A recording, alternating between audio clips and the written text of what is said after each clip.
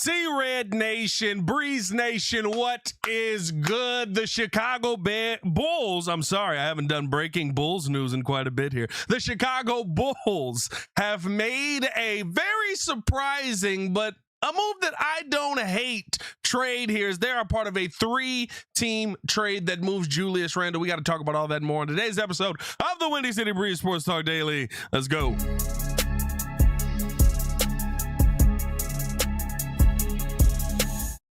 Now, if you are new to the channel, please hit that like button. Please subscribe to the page. We do talk Chicago sports daily on this channel. Only channel talk Chicago sports, how Chicago talk. So make sure that you stay in tune with us, man. So the Chicago Bulls are a part of a 3-team trade that somehow lands us Nic Claxton for essentially nothing. This was reported from Shams Charania about 12 minutes ago here. He said, Justin, Minnesota is sending Julius Randle and the number 28 pick in the NBA draft to the Brooklyn Nets in a 3-team trade that sends Nic Claxton to the Chicago Bulls. Sources tell ESPN the Timberwolves will acquire Brooklyn's number 33 pick and Randle and number 28.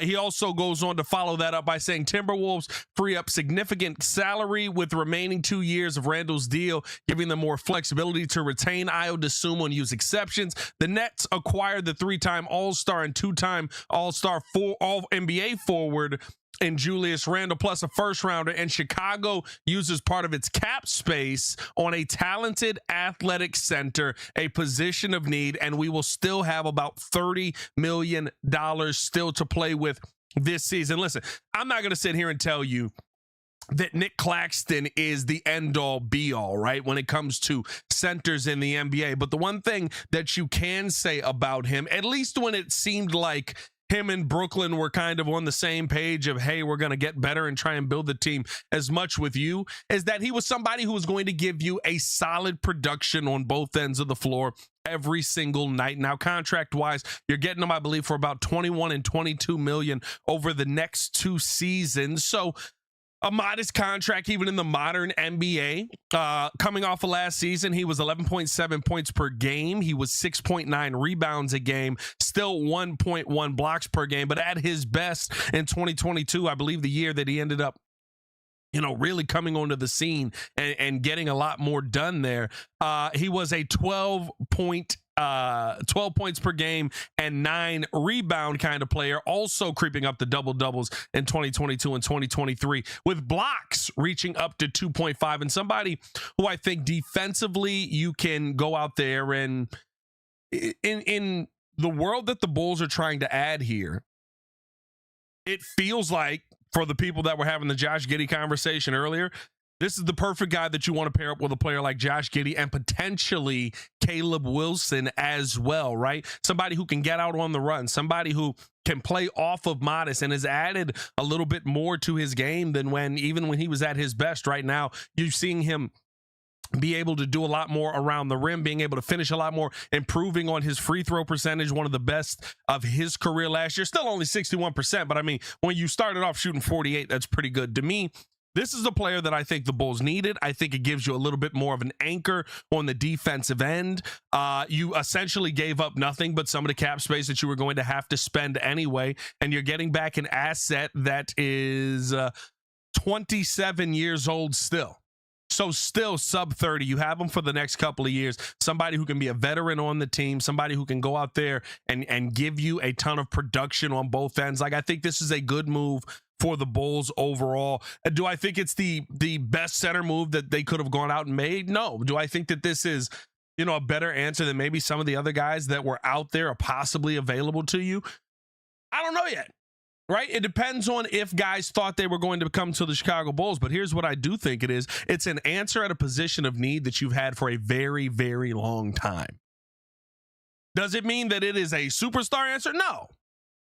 And there's some players that are maybe that unrestricted free agency, if you wanted to go after them, I think maybe you could make more of an argument that, hey, playing with Josh Giddey gets this guy to this level. But I love a guy like Nic Claxton coming in here, and I would say this is probably one of AC Law's first moves that he spoke with Bryson Graham about, more than likely, right? I mean, that's exactly where he was just at. So already being able to cash in on the AC Law part of this, I think that you got a really solid piece for essentially nothing except the money that you were going to have to find a way to spend anyway. And it's somebody that I think can make a really good impact, but not get in the way of the development of young players. A guy that knows his role. That's the thing that you need on this team. That's the thing, especially when you have top 4 picks coming in, especially when you have guys who think they're going to take that next step, like Matas Buzelis. You got a Nic Claxton in here. Nic Claxton knows what he has to come in here and do. He knows, hey, I'm going out there, I'm blocking shots, I'm sending stuff the other way, I'm finishing around the rim if I'm running with Giddey, and maybe I can get my best point totals of my career because I'm going to be playing with a legit point guard for the first time since Kyrie Irving left, and I really didn't get to play a ton with him because of everything that happened there. I think that this is, you, of course, right, when you talk about Bryson Graham's slaps method, he fits that 100%. But I would say this is a really big move, or first move that maybe was influenced a little bit by AC Law. So being able to see that on the other end of it, I think I'm not mad at that at all. Let's check some of the comments, man. Big shout out to you guys for tuning in and showing love as always. How y'all feeling about this? Mr. Davis said, no, give me back. We got Claxton for free, says Mr. Battle. Everybody's a mister on this mud. Dan Tana in the building. Tana said, I can rock with it. Tyrone said, hey, what did we give up? I like the trade for Claxton, is a true rim protector and lob threat. Basically, you just gave up the money. You essentially just gave up the money. Of course, you're giving up, you know, what went back. Let me reread the trade for you here, just so that you know what went back. And I'm going to check on anything that Casey Johnson might be dropping. Said that Minnesota is sending Julius Randle and the number 28 pick in the NBA draft to Brooklyn in a 3-team trade that sends Nic Claxton to the Chicago Bulls. Sources tell ESPN the Timberwolves will acquire Brooklyn's number 33 pick for Randle and number 28. So the Bulls essentially giving up nothing besides the money to get this deal done. And Casey Johnson dropped this. He said, Nic Claxton has $23 and $21 million left on his deal. This move would still leave the Bulls with roughly $30 million in cap space this summer. So still room for you to go out there and make moves. Still room for you to go out there and be able to find pieces that are going to be solid. And what I would expect of the $30 million remaining, solid veteran pieces to add to a very young core that is trying to figure things out. As much as you love Josh Giddey's 23. He's young in this game himself. Yes, he's got more time in the NBA, but he's not a true vet, right? And I think that the NBA is starting to see the value of having those true vets on the bench. The NBA is starting to see the value again of having those guys that have been in the league a long time. You know, a lot of teams, look at Charlotte forever, right? They just went as young as possible. Hey, we're going to go all kids. I don't want anybody in here to taint it. And you see the result of it, right? They stayed in the cellar pretty much the entire time until finally getting LaMelo Ball. And even then, it took bringing some older guys into that locker room for LaMelo to get on track. Smoke said, I like it, but I still want Kessler if that's possible. I mean, money-wise, yeah, probably not now. Well, no, money-wise, you could probably still make it work. But I would say, you know, if this is, you know, Claxton over Kessler, are you having a conversation around, well, I feel more comfortable that Claxton is going to be on the floor versus Walker Kessler being on the floor, right? Last 4 seasons, 76 games, 71 games, 70 games, 69 games. Nice. And y'all know my rule on full seasons in the NBA now with everything that has changed and how we have so much load management, right? You play over 65 games, you got a full season for me. Maurice Drake with the super chat, shout out to you. He said, safe to say guard at 15 now, right? I mean, I think you have to address positions of question no matter what with a veteran. I thought you were going to need to do this no matter what. So you address a position of need with a veteran. I don't think that means you can't go big at 15 if you want to. And in fact, I think it means more likely that you could go with a big man, because now you don't have to worry about the position. Now you don't have to worry about all the pressure of being successful down low being on the shoulders of a kid, right? You bring a veteran in, and look, I know he's been with the Brooklyn Nets, so I don't know if I can say a veteran that knows much about winning, but I think you bring a veteran in no matter what. He can learn from the young man. If you get to a point where the kid is better than Nic Claxton, you put him in front of Nic Claxton, right? You're a young team that's trying to figure some stuff out. And it's going to take a while for you to do that. It's going to take a while for things to gel. So I think that you want to go with that youth as much as possible, but you also want to have veteran players in place that are going to challenge that youth and be able to go back and forth with them to make that young man better.